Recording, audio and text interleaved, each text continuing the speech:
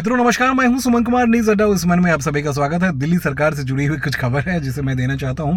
जी हां, उन तमाम सारे ऑफिसर के लिए जो लगातार कई सालों से दिल्ली सरकार में बने हुए थे और आराम से कंबल के नीचे बैठे हुए काम कर नहीं रहे थे, तो उनके लिए अब अच्छे दिन नहीं हैं बल्कि बुरे दिन आने वाले हैं। जी हाँ, अब जबकि बीजेपी सरकार आ चुकी है तो ऐसे में अब जो माहौल बन रहा है उस माहौल के मुताबिक एक दिन पहले जो एक डिसीजन आया है, उस डिसीजन क्या रहा तो मैं आपको बता दूं। वो डिसीजन रहा, दिल्ली के नई मुख्यमंत्री रेखा गुप्ता जब से बनी है तो उनके लिए उनके सीएमओ में कौन कौन से अधिकारी होंगे, उसी पे चर्चा लगातार कई दिनों से, एक सप्ताह से या कई दिनों से कहिए चलती रही। लेकिन कल उसे विराम लग गया और विराम लगने के पीछे जो बड़ी कहानी वो ये थी कि यहाँ से जो जिन अधिकारियों का नाम दिया गया था उन अधिकारियों को फिलहाल कंसीडर नहीं किया गया और उनके जगह पे वैसे अधिकारी को दिया गया जो दिल्ली में नहीं है, बावजूद इसके उनको जिम्मेदारी दे दी गई है। जी हाँ, तिवतिया जी सेक्रेटरी बन चुके हैं। स्पेशल सेक्रेटरी जो है वो संदीप कुमार और दूसरे स्पेशल सेक्रेटरी रवि झा एक सुलझे हुए आईएएस हैं और इससे पहले क्योंकि ऑलरेडी वो केंद्र सरकार में 5 साल पीएस के तौर पे रह चुके हैं तो उनको एक बड़ी जिम्मेदारी स्पेशल सेक्रेटरी के तौर पे दी गई है। जबकि दूसरे अधिकारियों की बात करें तो कई सारे ऐसे अधिकारी हैं जो इंतजार में थे कि इस बार जिस तरह की नई रणनीति बन रही है तो भाग दौड़ भी शुरू हुई और उनको ये लगा था कि आने वाले वक्त में एलजी साहब से मिलके या सीएम साहब से मिलके हम अपनी कहानी नई बना लेंगे, लेकिन ऐसा नहीं हुआ और पहला झटका जो है उनको लग गया है। जी हाँ, अब दिल्ली की सत्ता सीधे सीधे दिल्ली से नहीं चलेगी बल्कि दिल्ली से ही चलेगी, दिल्ली से नहीं चलेगी और दिल्ली से चलेगी। ये पीछे इसके पीछे कहानी क्या है तो मैं से पीछे आपको ये बता दूं, ये केंद्र के जरिए चलेगी।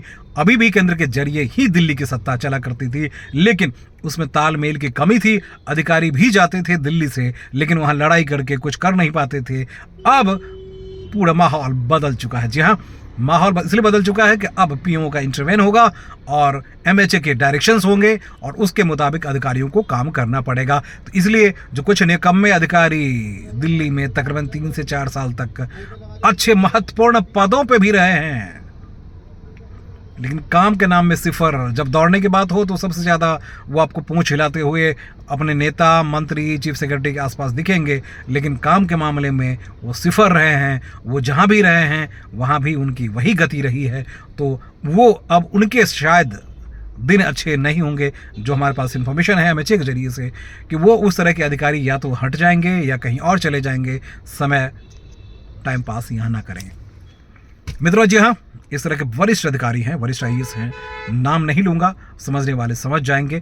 तो उन वरिष्ठ अधिकारियों के लिए भी सामत आने वाली है। अब जो नए अधिकारी हैं उनको भी मुस्तैद रहने के लिए कहा गया है, तो इसलिए वो अधिकारी मुस्तैद रहें और तत्परता के साथ काम करें।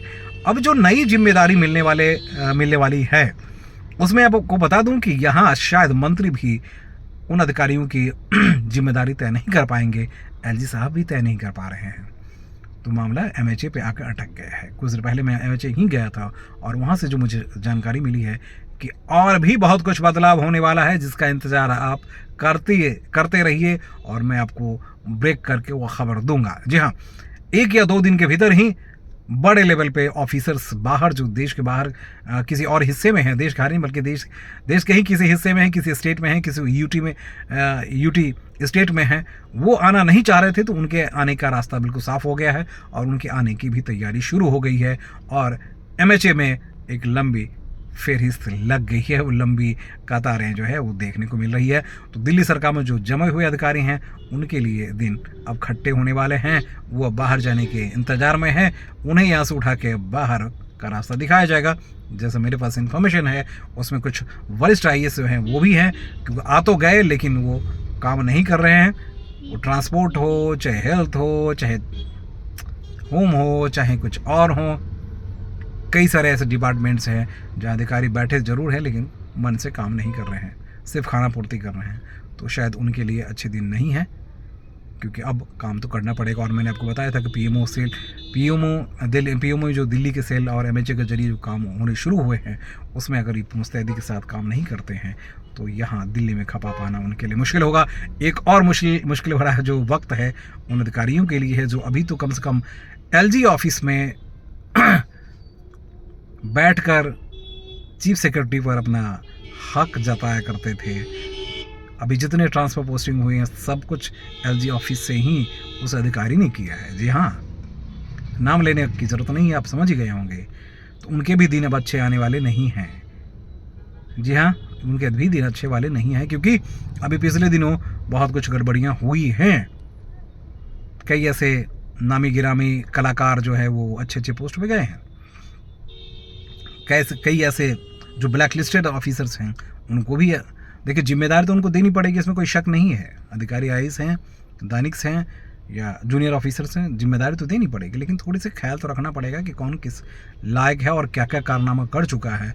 तो नरेश कुमार के जाने के बाद जो कहानी बदली थी वो उस कहानी में जो सबसे बड़े कथाकार हैं उनको भी शायद दिल्ली से बाहर का रास्ता देखना पड़ सकता है। जी हाँ, ये जानकारी मेरे पास है। तो अधिकारियों के लिए अच्छे दिन अब नहीं रह गए दिल्ली में। पहले भी नहीं थे, लेकिन जो काम नहीं कर रहे थे और सिर्फ चमचागिरी से अपनी दुकानें चला रहे थे तो वो अब न चलाए, है ना। अब उन्हें काम करना पड़ेगा, एक दूसरे पर आरोप प्रत्यारोप नहीं लगाना पड़ेगा, लगाएंगे तो वो निपट जाएंगे। तो मैं आपको ये बता रहा था कि ये इंडिकेशन काफ़ी है कि आने वाले दिनों में भी एमएचए के जरिए ही डिपार्टमेंट भी तय किया जाएगा। पीए, पीएस, सेक्रेटरी, एडिशनल सेक्रेटरी तो तय करना शुरू हो चुका है। ओके, नमस्कार।